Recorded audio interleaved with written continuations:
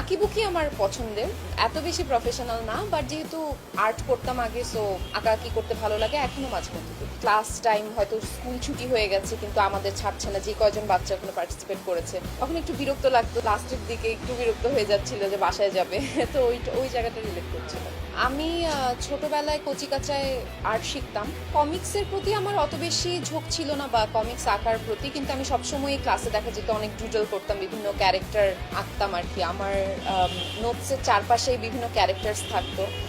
আঁকিবুকি আমার পছন্দের, বাট এইটাতে আরো অনেক বেশি, শুধু আঁকিবুকি দিয়েই না, ক্যারেক্টারটা আসলে আরো অনেক ডেপথের ক্যারেক্টার, আরো অনেক প্রফেশনাল যারা অ্যাকচুয়ালি কমিক্স আঁকে তারা বুঝবে যে প্রত্যেকটা মুভমেন্ট তাদের বারবার করে আঁকতে হয়। এত বেশি প্রফেশনাল না, বাট যেহেতু আর্ট করতাম আগে, সো আঁকাআঁকি করতে ভালো লাগে এখনো মাঝে মধ্যে।